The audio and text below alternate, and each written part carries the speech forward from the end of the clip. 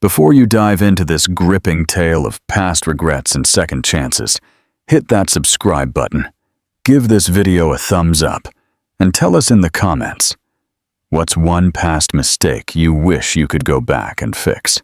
The billionaire's ghost of the past. Ethan Blackwood had it all. 9 figures in the bank, a rock-solid family business, and a fiancée gracing magazine covers. His dream wedding was just 2 months away when he stepped into that meeting room, and his world collapsed like a poorly constructed building. Olivia Hayes was no longer the struggling art student he'd abandoned 8 years ago. Now, she was the country's most prestigious architect, elegant, prosperous, and a mother to 8-year-old twins.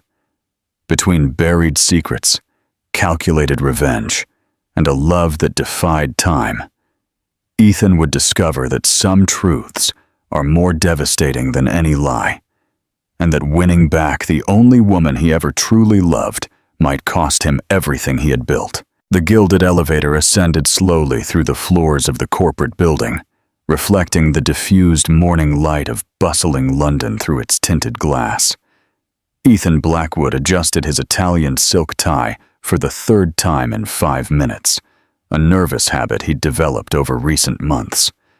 At 32, he had everything a man could desire: a 9-figure net worth, a family business as solid as reinforced concrete, and a fiancée who appeared on magazine covers.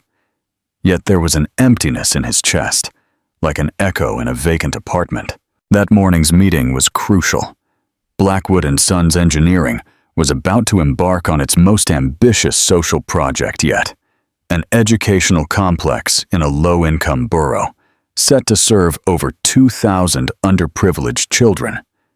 The government insisted they partner with the nation's top architect, specializing in humanitarian projects, Olivia Hayes. Her name had appeared in the report as a unanimous recommendation. Ethan read it 3 times before his stomach clenched. It couldn't be the same person, not after so long. But there he was, walking down the marble corridor towards the conference room, each step echoing like a countdown.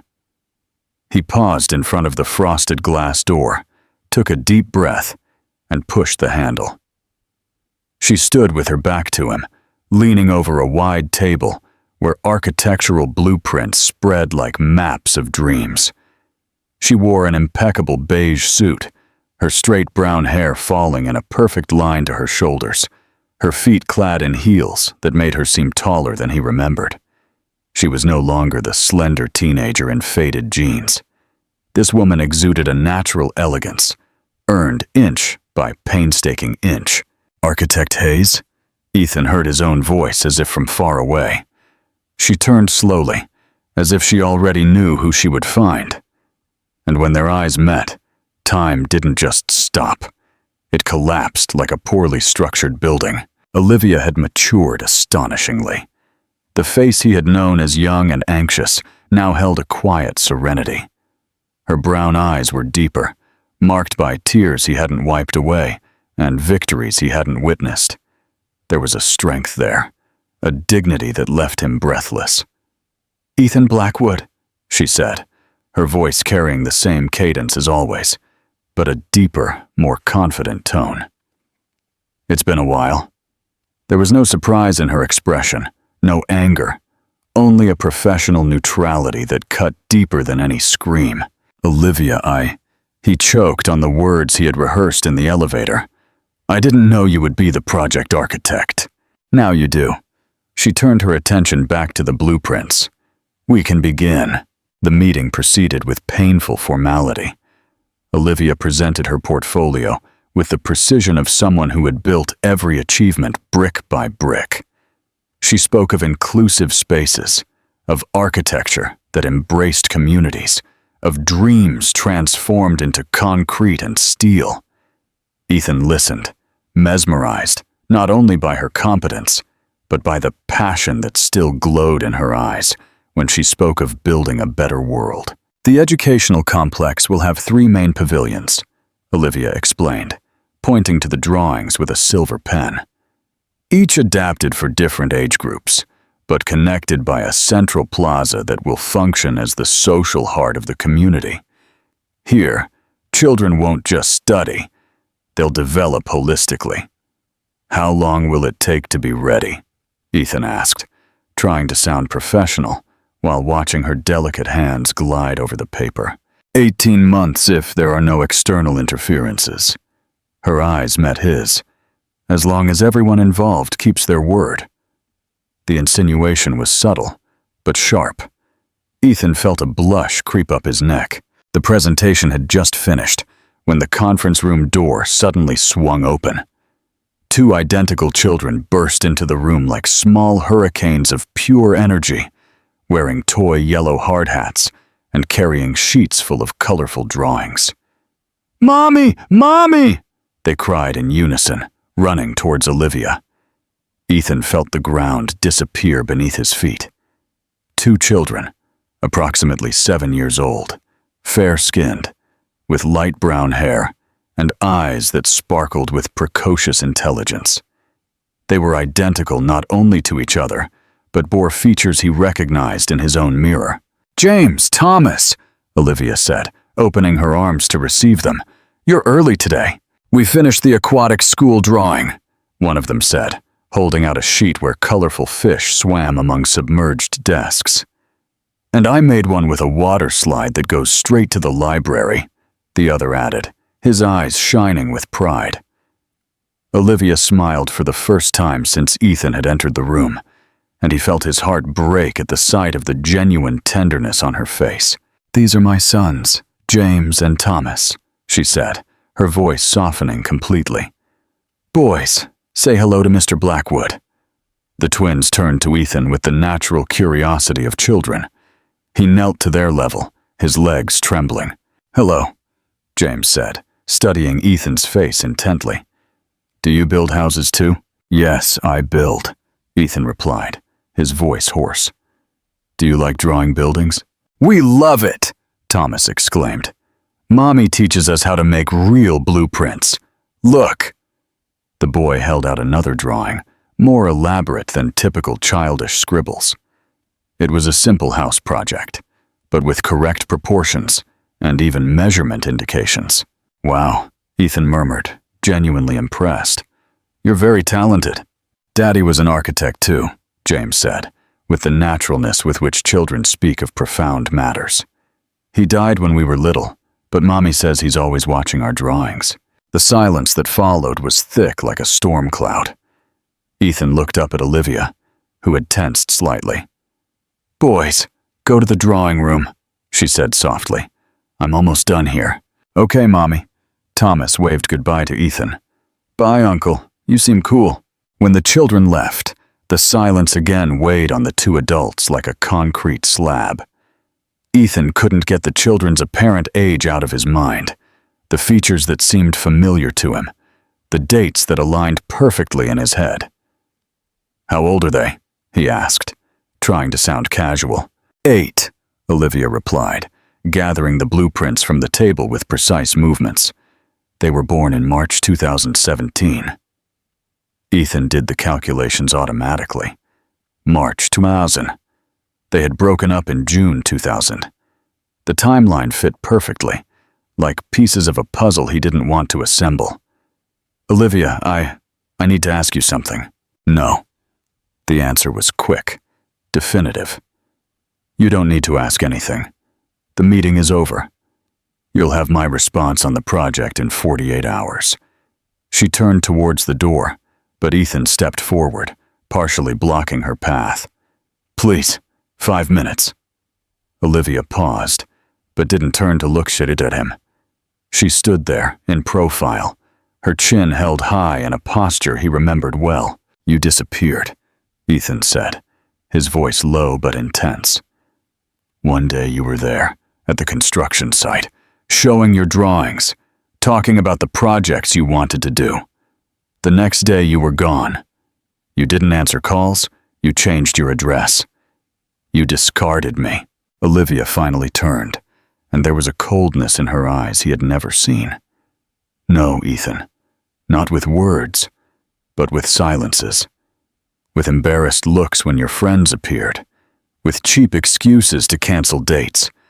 I got the message. Your father didn't break up with me. You did.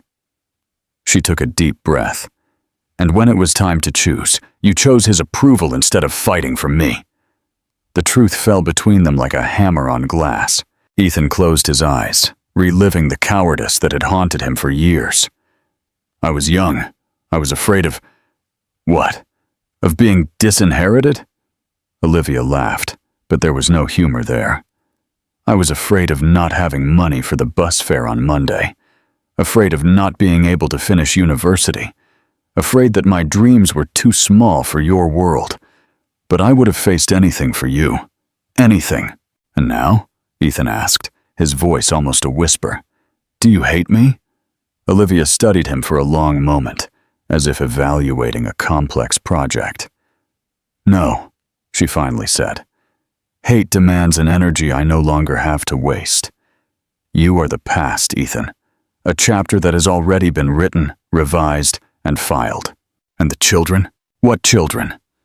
The question came loaded with an innocence that fooled no one. Olivia, they are David's sons, my children with my husband, who died in a construction accident on a poorly managed site, while trying to support the family we built together. Each word was uttered with surgical precision. Any other questions you have about my personal life will be irrelevant to this professional project. Ethan felt as if he had been punched in the stomach, not by the confirmation he sought, but by the raw pain in her voice when she mentioned her dead husband. I'm so sorry for your loss. Thank you. Olivia took the folder and turned back to the door. You'll receive my proposal before Thursday. Olivia. Wait. She paused at the door, her hand on the handle. Don't look for me outside the professional context, Ethan. Don't try to rewrite our history. Some bridges, when they fall, should not be rebuilt. We must simply learn to cross the river in a different way. And she left, leaving behind only the subtle jasmine perfume he remembered from so long ago, now mixed with the more mature fragrance of a woman who had learned to live without him. Ethan slumped into one of the chairs, his head in his hands. For years, he had convinced himself that he had made the right decision, that he had saved Olivia from a world that wouldn't accept her, that he had been noble in giving up love to protect her from his family's cruelty. But the truth was there, as clear as the building's glass. He had been a coward, and she, the girl he judged too fragile for his world, had built an empire of her own while he was content to inherit others. His cell phone vibrated, a message from Victoria, his fiancée. Love, don't forget we have dinner with the Millers tonight. Should I wear the blue dress or the gold one? Ethan looked at the screen without really seeing the words. Victoria Hayes, 28 years old, 2 million followers on Instagram, a marketing graduate, but working as a digital influencer. Beautiful, ambitious, and perfectly suited to his family's standards. Everything Olivia hadn't been, and everything in which she revealed herself to be infinitely superior. From outside, London buzzed in its eternal dance of cars, people, and dreams. But there, in that silent room, Ethan Blackwood faced for the first time the real weight of his choices, and he wondered if there was still time to build bridges over rivers he himself had widened. In the next rooms, the sound of children's laughter echoed, James and Thomas playing while they waited for their mother to finish gathering her materials. The sound pierced the walls like an old melody, awakening in Ethan a nostalgia for something he had never had. A family built on love, not convenience. He stayed there until the sounds faded, until Olivia's and the children's footsteps disappeared down the corridor. Only then did he get up, straighten his tie once more, and prepare to return to his life as the perfect heir. But something had irrevocably changed that morning. A foundation had been shaken. and Ethan knew that nothing would be solid again until he found a way to rebuild what he had destroyed with his own cowardly hands. What do you think Ethan will do now that he's confronted the truth about Olivia and his past? Will he be able to escape the life he's built? Let us know your predictions in the comments. 3 weeks after their first encounter, Ethan was obsessed. He had hired a discreet investigator to uncover details about Olivia's life, but the information only increased his doubts. David Miller had died in September 2019, when the children were 2 years old. But there were no clear medical records of the twins' exact birth date, only the official certificate indicating March 2017. The math wouldn't leave his head. They had broken up in June 2016, and the children were born in March 2017. 9 months. The count closed perfectly, like a flawless architectural project. Sitting in his panoramic office, Ethan watched the city move below, while leafing through the investigator's report for the 10th time. Olivia had accepted the educational complex project, but insisted on exclusively professional communication. All meetings were formal, with teams present, leaving no room for personal conversations. His cell phone rang, interrupting his thoughts. Victoria. "Love, where's your head been lately?" Her voice sounded impatient on the other end of the line. "Yesterday you barely listened to me talking about the wedding venue, and today you canceled lunch with my mother. Sorry, V, the social project is taking more time than I imagined." "Social project?" She laughed, but there was an acidic note there. "Since when are you so interested in charity? It's important for the company's image." Victoria paused, a loaded silence. "I heard the architect is a certain Olivia Hayes. They say she's very pretty." Ethan felt his stomach clench. "She's a competent professional, I'm sure." The irony in her voice was palpable. "Well, I hope you don't get carried away by her competence. Our wedding is in 4 months, darling." After hanging up, Ethan felt restless. Victoria had always been possessive, but lately her distrust was intensifying, and he couldn't deny she had reasons. The opportunity to get closer to the children arose unexpectedly. During a visit to the construction site the following week, Olivia received an urgent call. An important client needed an immediate meeting, but she couldn't leave the children alone in the office. "I can watch them," Ethan offered, trying to sound casual. "There's a park nearby. We can go for a walk while you sort out your problem." Olivia hesitated, clearly uncomfortable with the idea. "Please, Mommy." Thomas tugged at her skirt. "We want to see real excavators, and Uncle Ethan promised to show us how a cement mixer works," James added, his eyes sparkling with anticipation. "I promise that." Ethan smiled genuinely for the first time in weeks. "You said you were going to show us how tall buildings are built," Thomas insisted. Olivia looked at Ethan with an inscrutable expression, then at her eager sons. 2 hours, no more." And so, for the first time in 8 years, Ethan found himself responsible for 2 children who might be his own. The feeling was simultaneously terrifying and wonderful.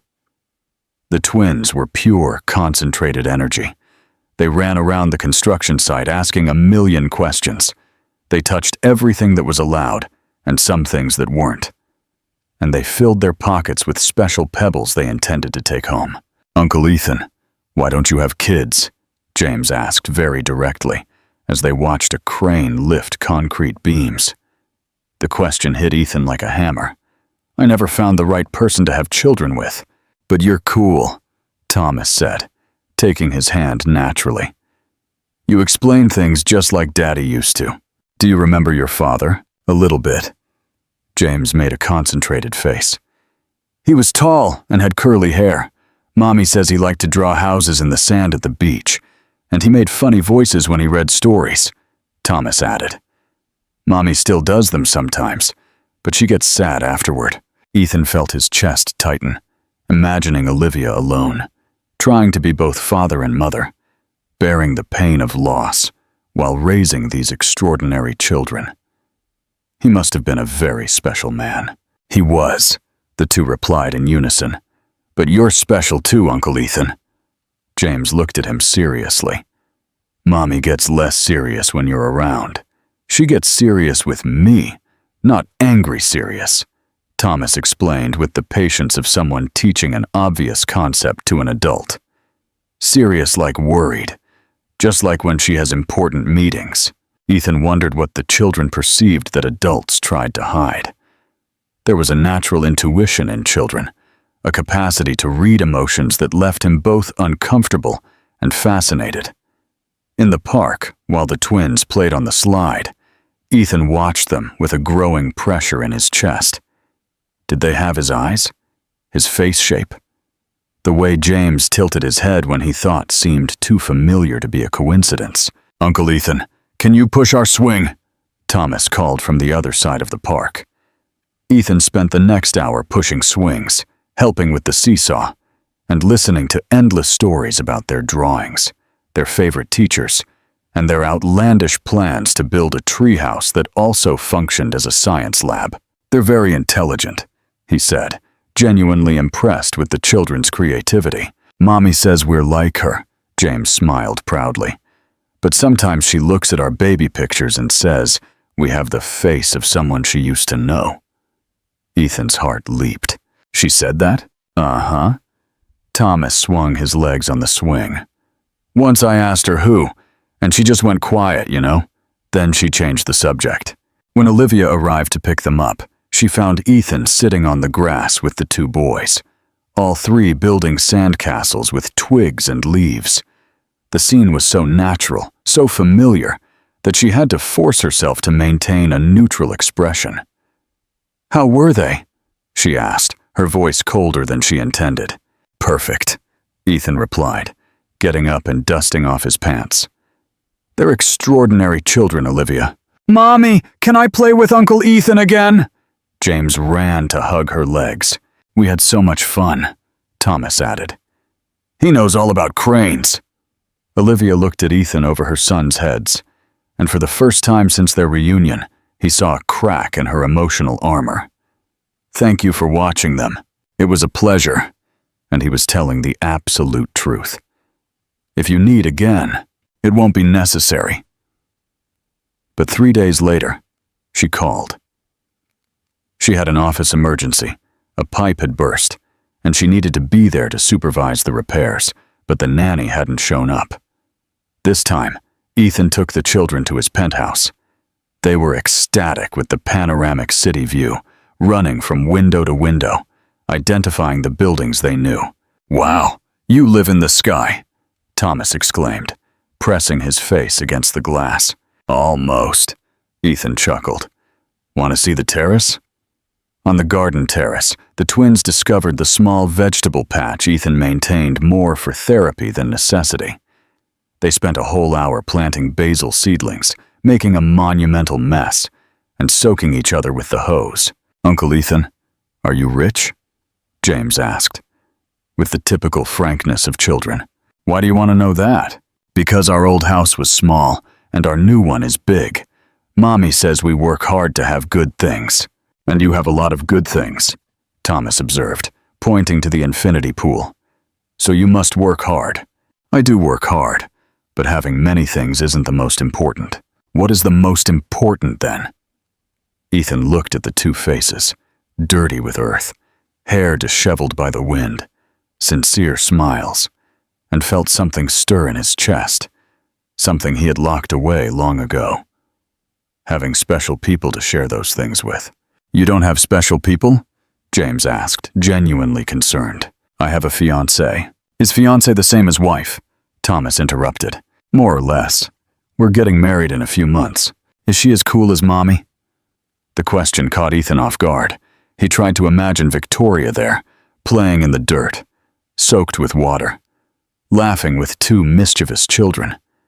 The image simply didn't form. She's different from your mother. Different how? More. She's worried about looking pretty. He searched for words the children would understand. Oh, James seemed to understand immediately. Just like Aunt Emily, Mommy's sister. She takes 3 hours to get ready just to go to the market. And you can't touch her after she's ready, Thomas added. Otherwise she gets mad. Ethan chuckled, recognizing the description. But the laughter died when he realized he was comparing his fiancée to an ant the children clearly considered boring. When Olivia arrived to pick them up at the end of the afternoon, she found all three asleep on the living room sofa, Ethan in the middle, with a child curled up in each arm, all exhausted after an afternoon of games. She stood at the doorway for a long moment, observing the scene. There was something disturbingly natural there, as if those bodies knew exactly where they should be. Olivia?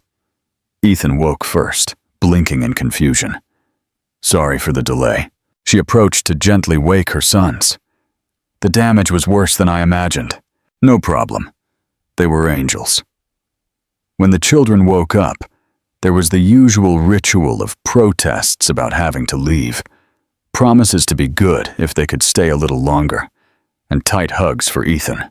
Thank you, Olivia said, when they were finally at the door. Again, Olivia. Ethan hesitated. Then he decided to risk it. Can I ask you a question? She tensed immediately. Depends on the question. The children. When you were pregnant, he took a deep breath. Was David present from the beginning? The silence that followed was thick as fresh concrete. Olivia looked at him with an expression he couldn't decipher. Why do you want to know that? Because I look at them and... He stopped, unsure how to express the certainty growing in his chest. And what, Ethan? Could they be my sons? The question came out as an urgent whisper. Olivia stood very still for a moment that seemed eternal. When she finally spoke, her voice was low but firm. No, Ethan. They are not your children. They are David's children, conceived in our marriage, loved and desired from day one. Any other question you have about my personal life will be irrelevant to this professional project. But the date of what? She turned to face him fully. Do you think I would lie about something like that? That I would hide it from you if they were your children? I don't know what to think. Then stop thinking. Olivia took the children's hands. And stop investigating my life.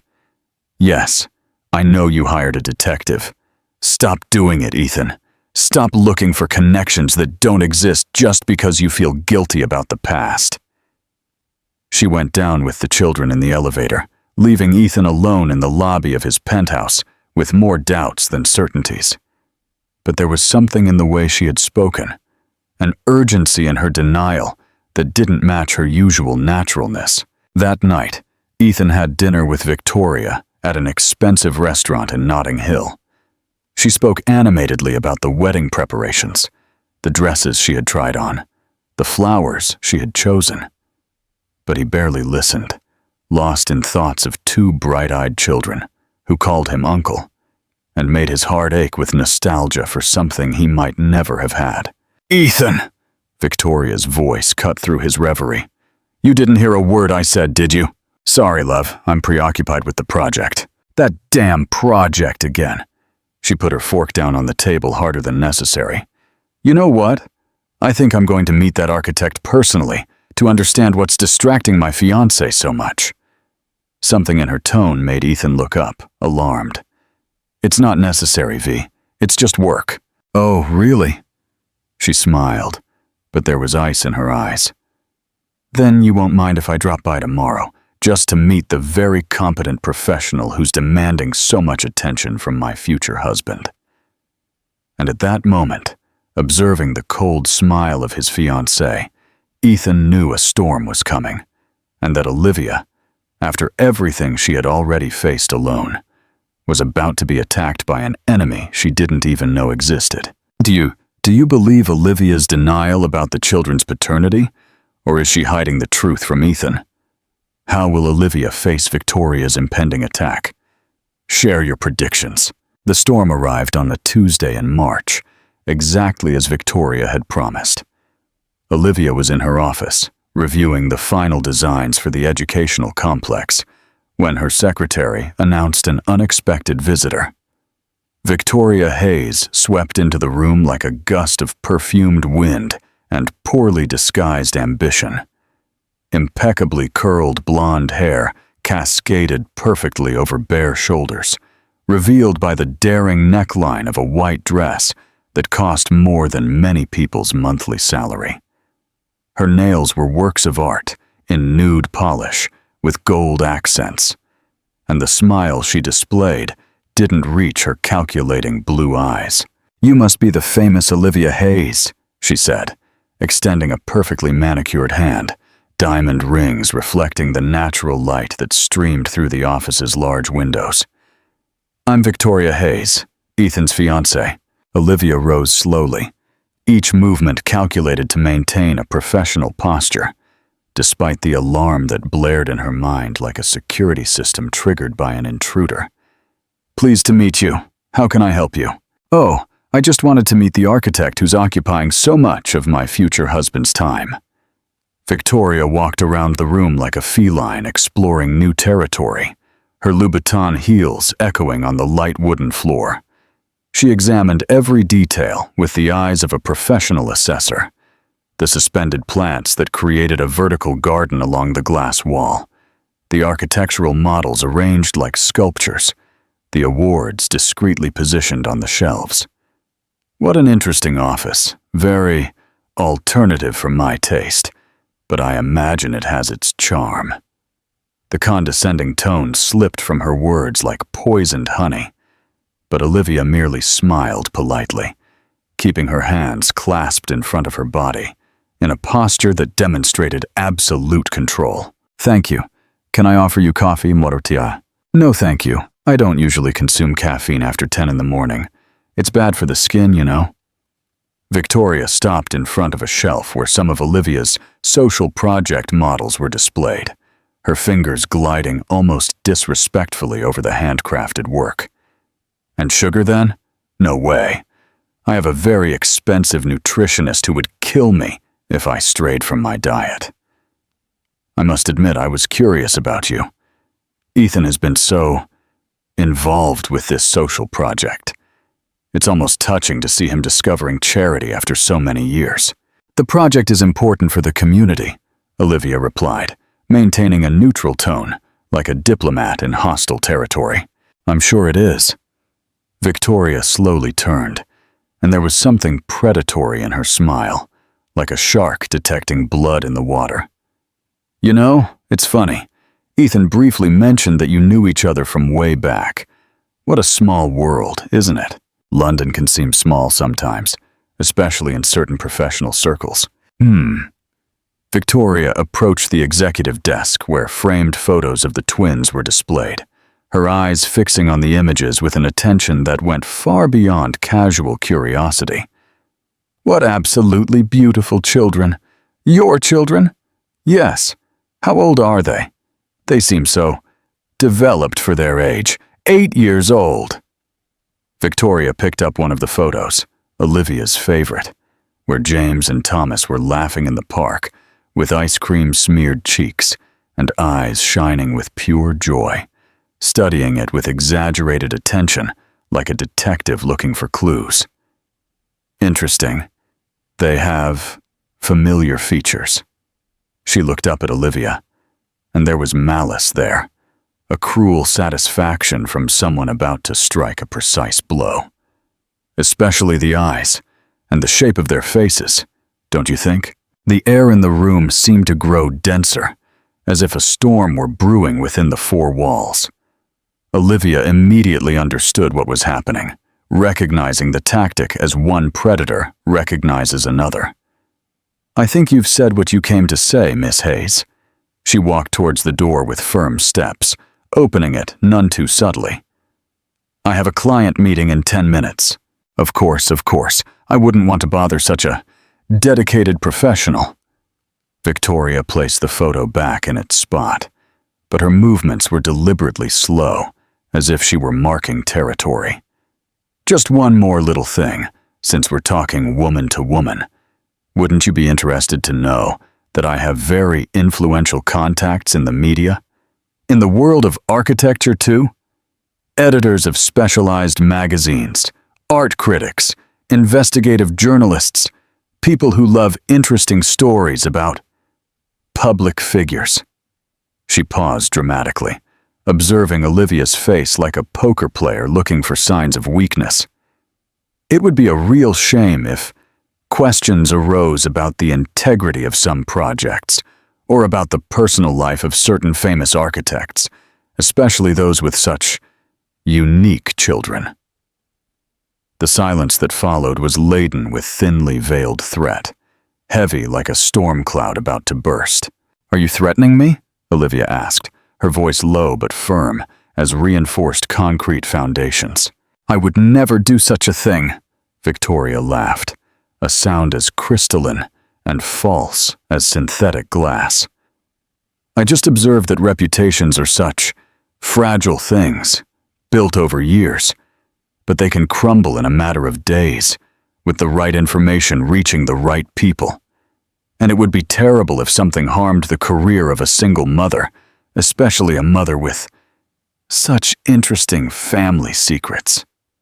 Olivia felt anger rise like lava in a volcano, hot and destructive, but she maintained her composure with the self-control she had learned from years of fighting alone. She wouldn't give Victoria the satisfaction of seeing her upset. "I think it's best if you leave. Now, if you please." Victoria walked towards the door with calculatedly slow steps. Then she stopped at the threshold, turning with a smile that seemed carved from ice. "Oh, and Olivia, stay away from my fiancé. Some men have a tendency to get confused about the past, especially when certain influences reappear in their lives. It would be a shame if that confusion cost everyone involved dearly, including innocent children." And she left, leaving behind only the echo of her expensive perfume mixed with the poison of her words, and the feeling that a bomb had not only been armed, but also detonated. Olivia remained motionless for several minutes, her hands trembling slightly as she processed every word of the conversation. She wasn't naive. She had built her professional empire navigating turbulent waters, facing sexism, prejudice, and unfair competition. She knew exactly what Victoria had insinuated and what the ultimate goal was, but she had completely underestimated the extent of the calculating malice some people were capable of when they felt threatened. What she didn't expect was that Victoria had already begun to execute her plan long before that visit. The following Monday, Olivia received a call that chilled her to the bone.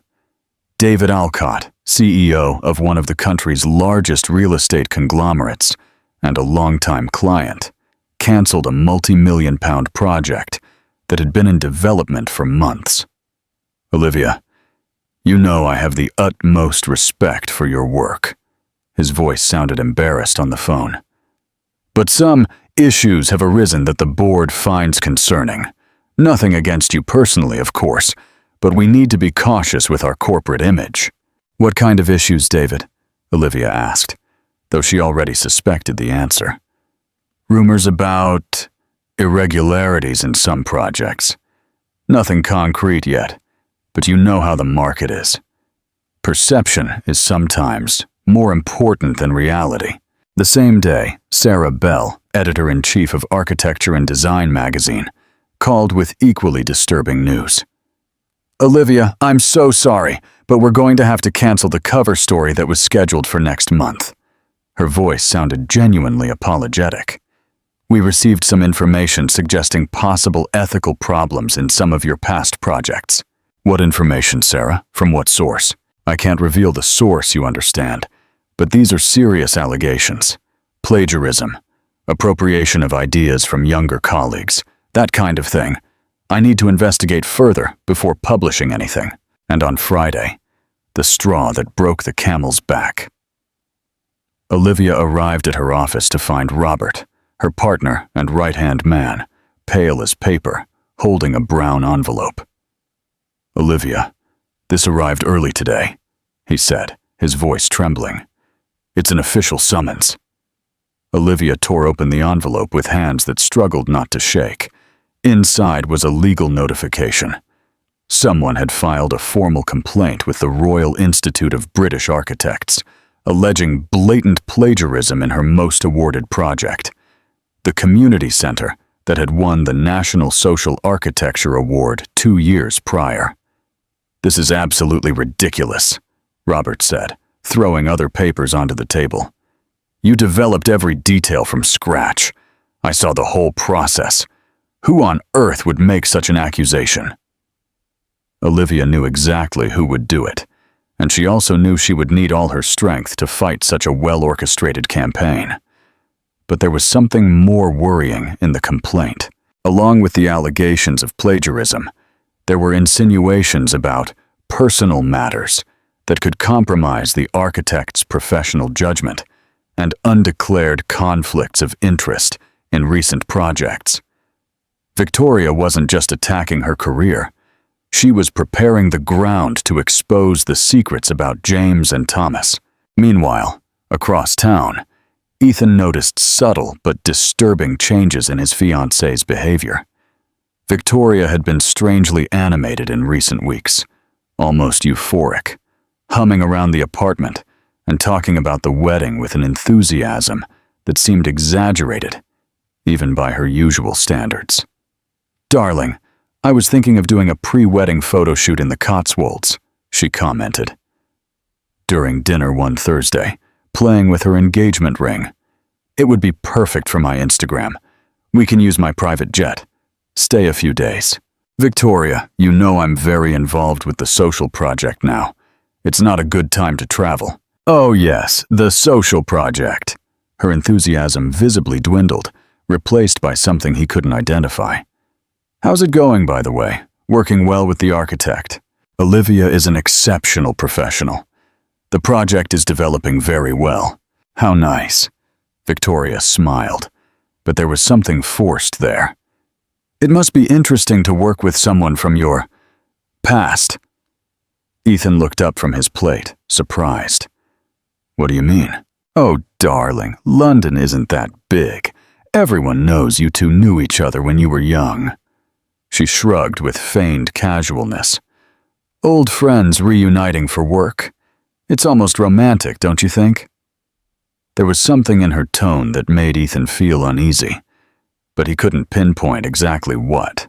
The truth came out one Thursday afternoon, when Ethan arrived home earlier due to a canceled meeting and overheard Victoria on the phone in her dressing room, her voice vibrating with malicious satisfaction. "Yes, darling, it went exactly as planned. The anonymous complaint has already had an effect, and clients are starting to cancel contracts." She laughed, a sound Ethan had never heard before, cold and cruel, like breaking glass. "That Olivia Hayes is going to learn not to meddle with what isn't hers, especially with my fiancé." Ethan stood frozen in the hallway, his blood freezing in his veins as he listened to his fiancé methodically orchestrating the destruction of an innocent woman's reputation. No, it's risky. I have friends in all the right places, editors, critics, professional board members, and even if she proves she's innocent, the suspicion will already be in people's minds.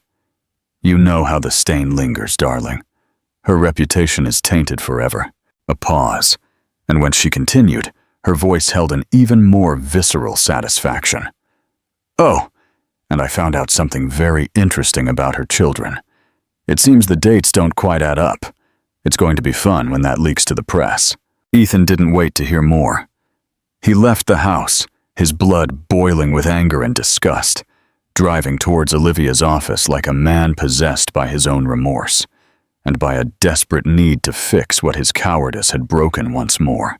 The commercial building was almost empty when he arrived. It was past 9 at night. He found Olivia alone in her office, the golden light of the desk lamp creating a warm aura around her figure, hunched over a table covered with documents, evidence, original blueprints, and desperate notes to prove her innocence. She looked up when he entered, and he saw an exhaustion that went far beyond the physical. It was the weariness of someone who had fought alone their whole life, and now faced a battle that seemed impossible to win. "Ethan?" Her voice sounded hoarse, probably from hours spent on the phone with lawyers and clients. "What are you doing here at this hour?" "I know what Victoria did," he said bluntly, closing the door behind him. "I heard her on the phone today, and I'm going to fix this, Olivia. I'm going to fix everything." Olivia studied him for a moment that seemed eternal, her eyes scrutinizing his face as if trying to determine if she could trust the man who had already disappointed her before, once more. Then she returned to the documents scattered across the table. "It's not necessary. I can handle it alone." "Alone as always, right?"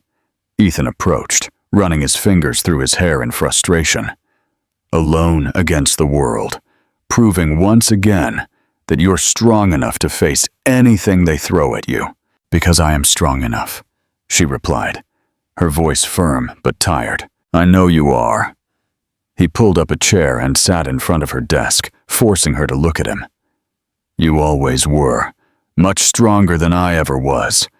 But this time, you don't have to be alone, Olivia. This time, I'm going to be by your side." Olivia stopped writing and looked directly at him, and he saw not only exhaustion, but a deep pain that went far beyond the current situation. "Why, Ethan? Why do you want to help me now? Why do you want to be by my side now?" "Because 8 years ago, I was a miserable coward. Because I let my pathetic fear be greater than my love for you. Because I abandoned the only woman who ever made me want to be a better version of myself." Ethan took a deep breath, the words coming out like confessions torn from his chest. "And because over these past few weeks, spending time with you and the children, I remembered who I truly want to be. I remembered the person I was when I was with you." "Olivia, I know James and Thomas aren't my biological children," he interrupted softly, taking her hands across the table. "You made it clear, and I believe you.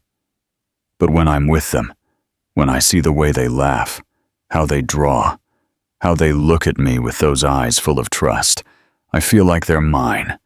And when I'm with you, when I see the incredible woman you've become, the extraordinary mother you are, I feel like I'm home for the first time in my life."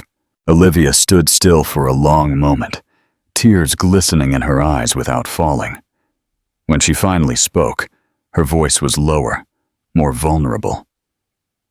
"You're engaged, Ethan. You're getting married in 2 months to a woman who clearly loves you enough to destroy other people for you." "I'm not marrying her." The certainty in his voice surprised her. "I can't marry someone capable of doing what she did to you, someone who attacks a mother through her own children. And more importantly, I can't marry someone who isn't you, Olivia. I can't pretend any more that I can be happy with someone else. That doesn't change what happened between us in the past. It doesn't." Ethan nodded, squeezing her hands. "It doesn't change the fact that I disappointed you when you needed me most. It doesn't change the fact that you built an entire life, a family, a brilliant career without me. But perhaps we can build something new, on stronger foundations this time. Foundations based on honesty, courage, and true love." Olivia watched him for a long time, as if she were evaluating a complex architectural project, calculating structural risks and construction possibilities. "First, we're going to resolve this plagiarism issue and the smear campaign," she finally said. "After that, we'll talk about foundations." Ethan smiled for the first time in weeks, and it was a genuine smile, full of hope. "It's a start." They worked all night, side by side, like in the old days, gathering evidence, organizing documents chronologically, preparing an irrefutable legal defense. Ethan called the best lawyers he knew, while Olivia compiled every detail of the creative process for the project accused of plagiarism. "Look at this." She showed him a sequence of dated sketches. "Every stage of development is documented, from the first scribbles to the final project. I have photos of the process, testimonials from colleagues who oversaw the development, even the receipts for the materials I bought to make the models. Victoria underestimated you, Ethan said, admiring her meticulous organization. She thought she could take down someone who doesn't know the meaning of being unprofessional. By morning, with the first rays of sun entering the office windows, they had a plan.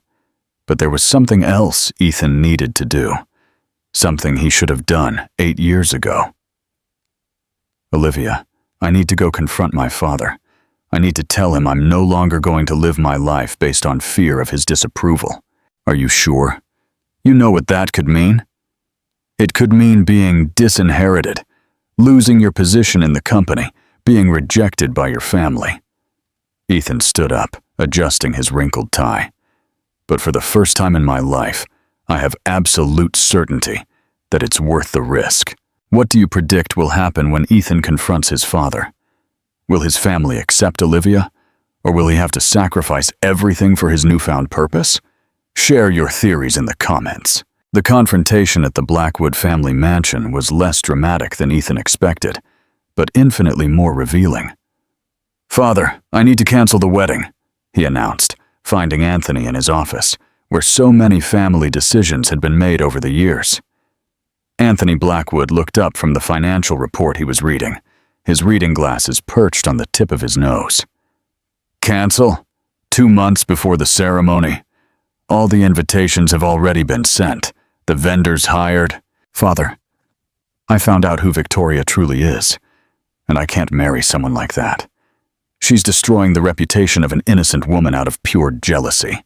She's attacking a mother through her own children." "And who do you intend to replace her with?" Anthony asked, but there was something in his tone that suggested he already knew the answer. "Olivia Hayes, the architect."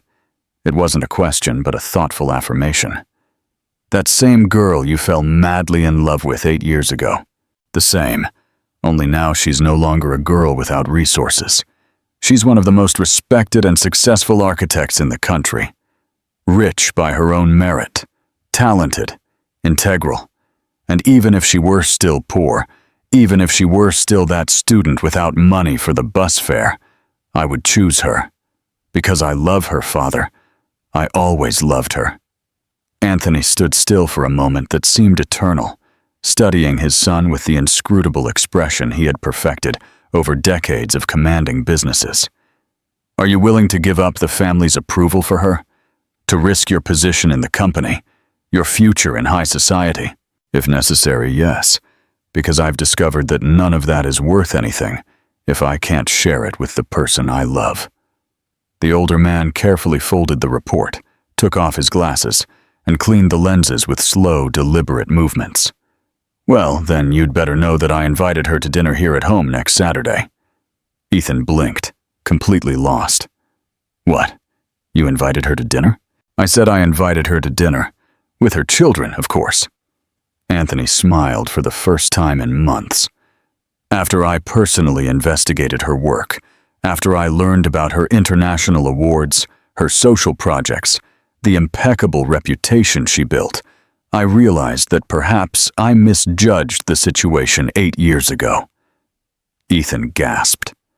"Olivia Hayes is exactly the kind of woman our family needs.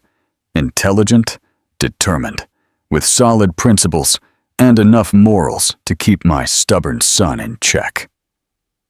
Anthony stood up and walked to the window overlooking the garden. "Furthermore, I discovered that she was invited to lecture at Harvard for a semester, that her projects are being used as a reference in universities around the world, that she is, indisputably, one of the best architects not only in the country, but in Latin America. Father, just one thing, son." Anthony turned to look at him directly. "This time, don't be an idiot.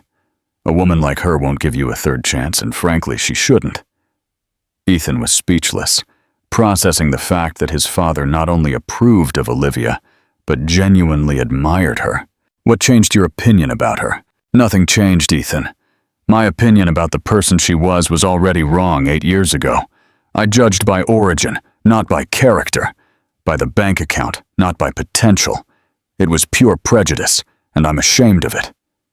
Anthony returned behind the desk. Olivia became exactly what I always said I wanted in a daughter-in-law. A strong, successful woman who wouldn't need our money and who would make my son a better person. The difference is that she achieved all that alone, without our help. In fact, despite our hindrance. The plagiarism complaint was dismissed in 2 weeks. As soon as Olivia presented all the documentation proving not only the originality of her work, but also the detailed chronology of each stage of the creative process. More than that, she managed to trace the true origin of the complaint through her lawyer, uncovering a network of influence that led directly to Victoria and her contacts in specialized media. Victoria, furious at seeing her plan spectacularly fail, attempted one last desperate move, spreading rumors about the twins' paternity through her social media and gossip press contacts.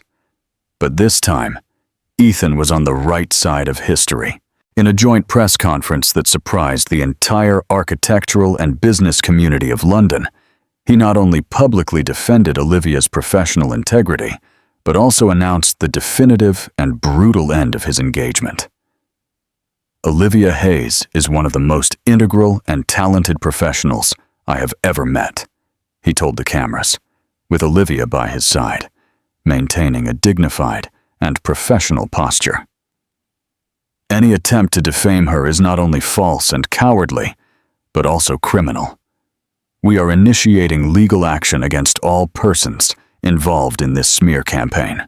"Mr. Blackwood," shouted a journalist from the back of the room, "is it true that you canceled your wedding because of architect Hayes?" "I canceled my wedding because I discovered that my ex-fiancée is a cruel and dishonest person, capable of attacking a working mother through her own children, out of pure jealousy and malice.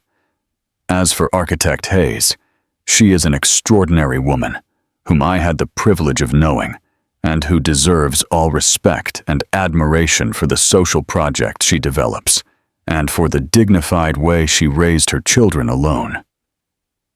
Victoria lost several advertising contracts after the truth about her smear campaign came to light. Major brands canceled partnerships, her digital influencer agency terminated her contract, and her reputation on social media never fully recovered. What she had planned as Olivia's destruction became her own social ruin. But for Ethan and Olivia, that was just the beginning of a much more important and complex reconstruction.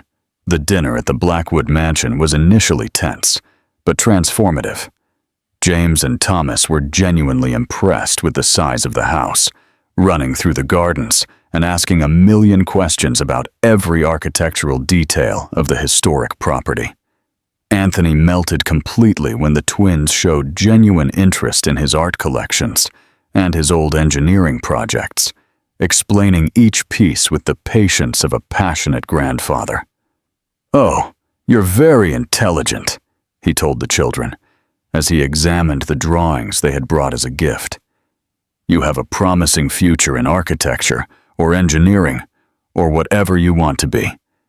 The important thing is that you have natural talent and a mother who encourages you to dream big." Olivia and Ethan observed the scene from across the room, a different tension floating between them. No longer the tension of conflict, but the tension of possibility, of reconstruction, of an uncertain but hopeful future. "Your father is surprising," she commented softly, watching Anthony help the children identify different types of marble in the old fireplace. "He can be a difficult and stubborn man, but he's not fundamentally bad." Ethan paused, then turned to face her fully. "Olivia, can I take you to a place tomorrow? It's very important to me. For us." "What place?" "You'll see." "Do you trust me?" The next day, on a golden, silent Saturday morning, Ethan took Olivia and the twins to Highgate Cemetery, where David was buried. Olivia was genuinely surprised and deeply moved when he stopped the car in front of the cemetery gates, immediately understanding the intention behind the gesture. "Why did we come here?" she asked, her voice choked with emotion. "Because before building anything new and lasting, we need to honor and respect what existed before. We need to make peace with the past." Ethan knelt to the children's height, who had brought flowers picked from Anthony's garden. "James, Thomas, I want to talk to you about your father, about David." The children approached with the natural seriousness they assume when they sense something important is happening.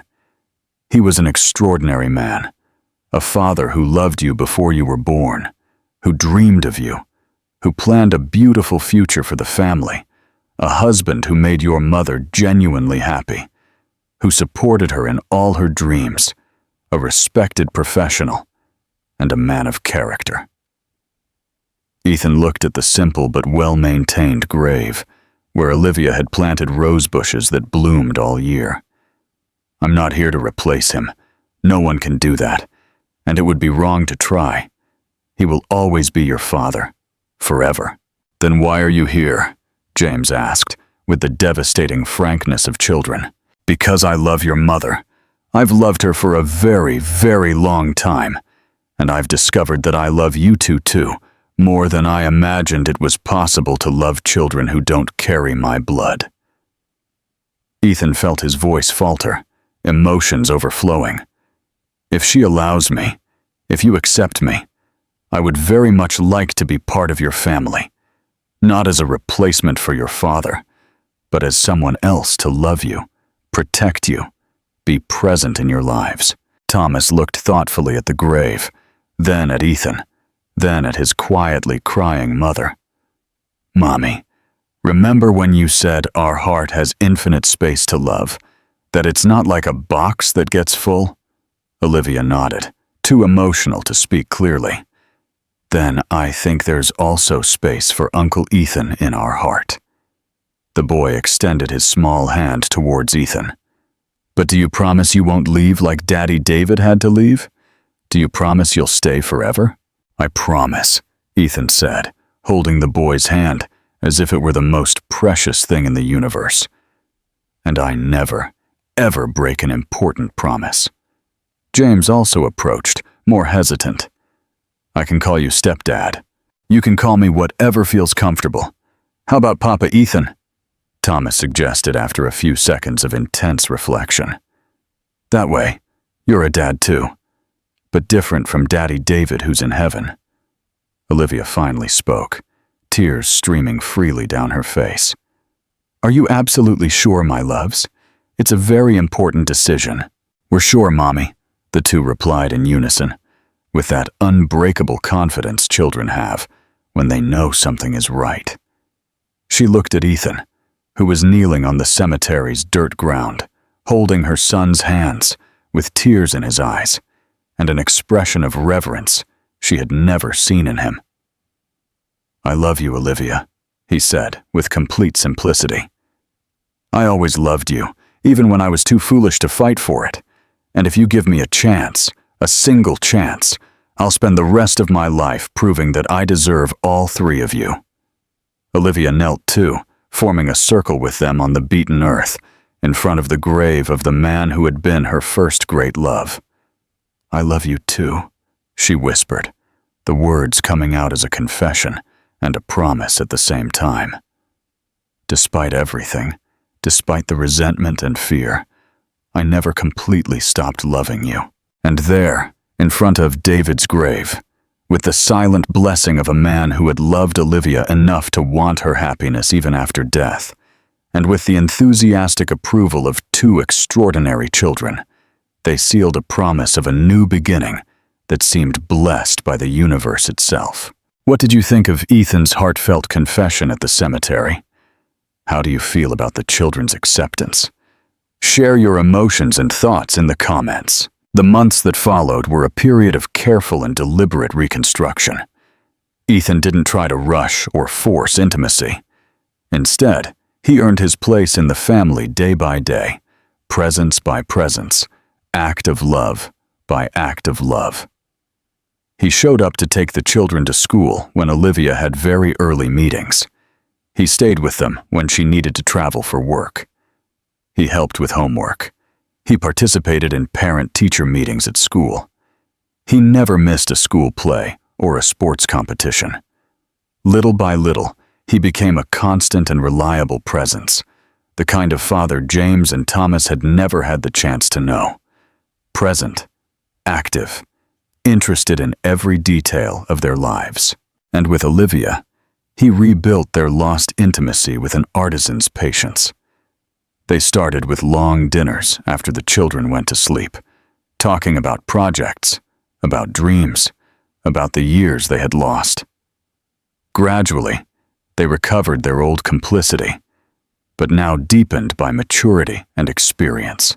6 months after their reunion at the cemetery, at the construction site of the educational complex they had designed together, Ethan chose the perfect place for the marriage proposal. It was a golden sunset. The children played among the concrete structures still under construction.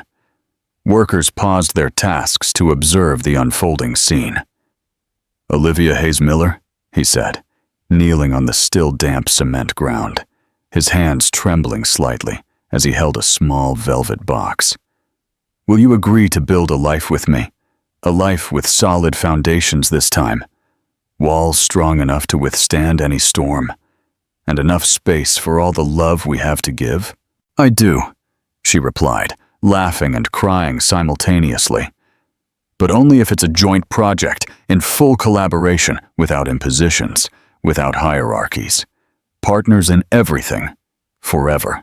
Partners in everything."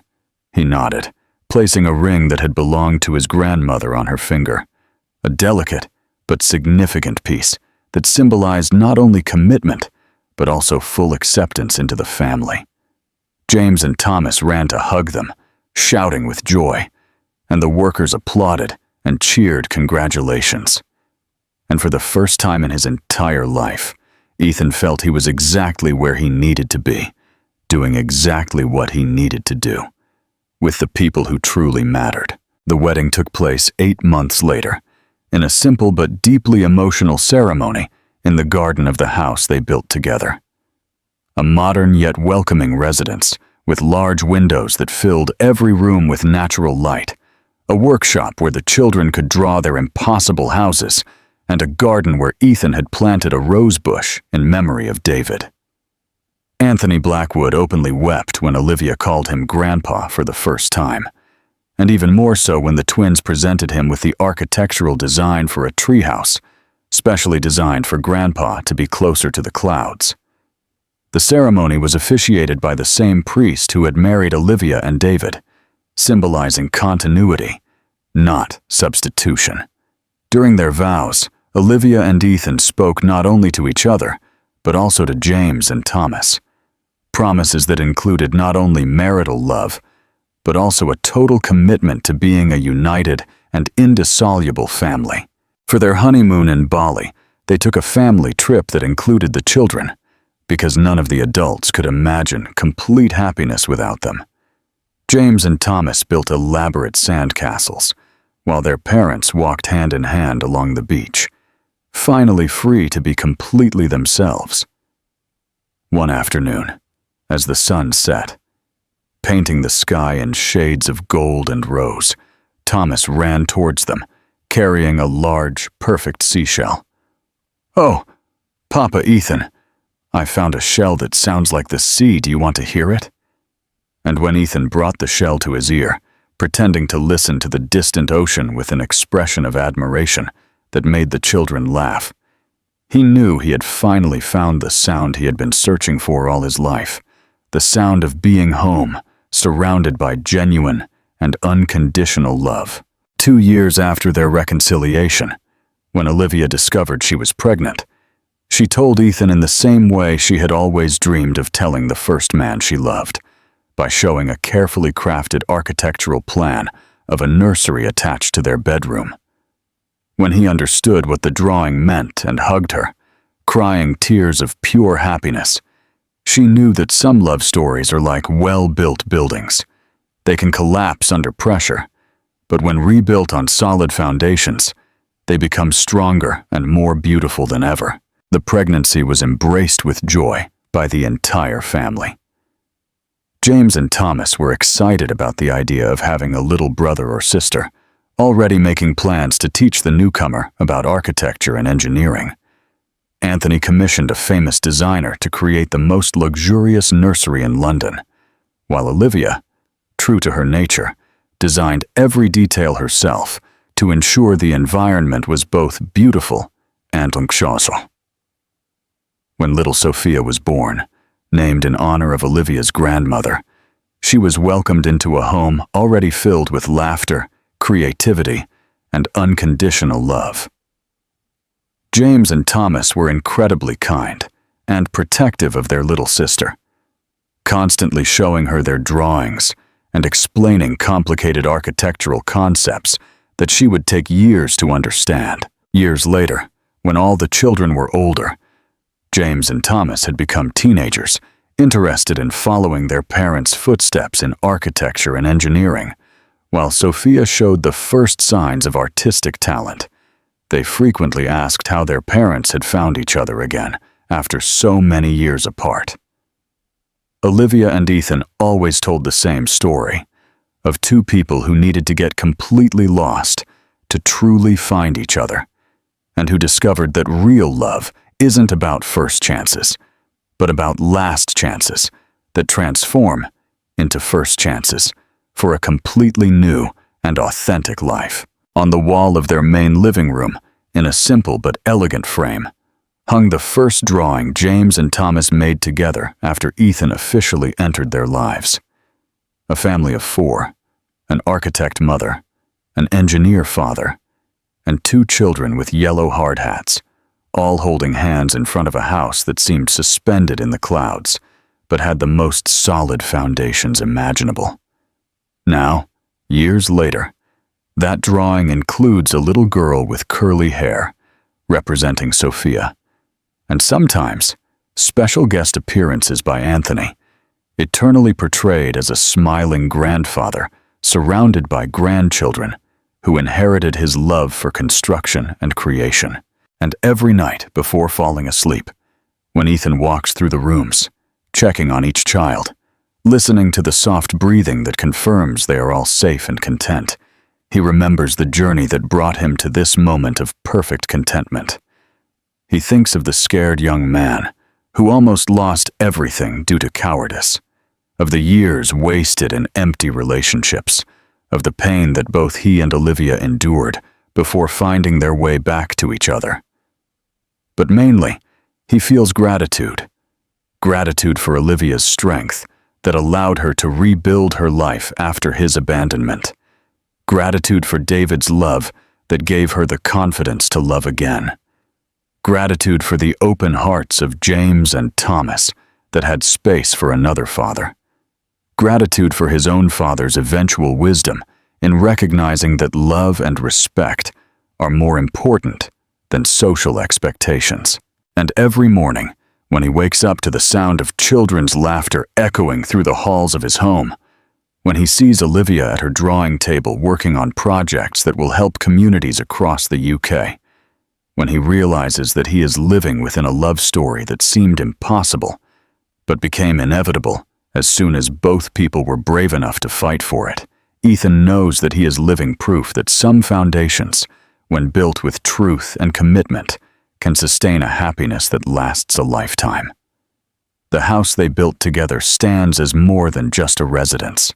It is a testament to the power of second chances, to the beauty of blended families, to the triumph of love over fear, and to the possibility that sometimes, when people are brave enough to rebuild broken foundations, they can create something even more beautiful than they had originally imagined.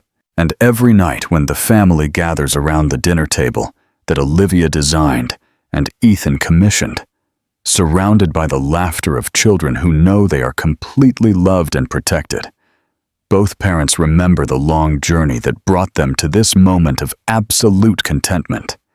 And they know with the certainty that comes from having almost lost everything, that they will never again take for granted the miracle of being together. What part of Ethan and Olivia's journey resonated with you the most, and why? Share your thoughts on their incredible second chance at love and family.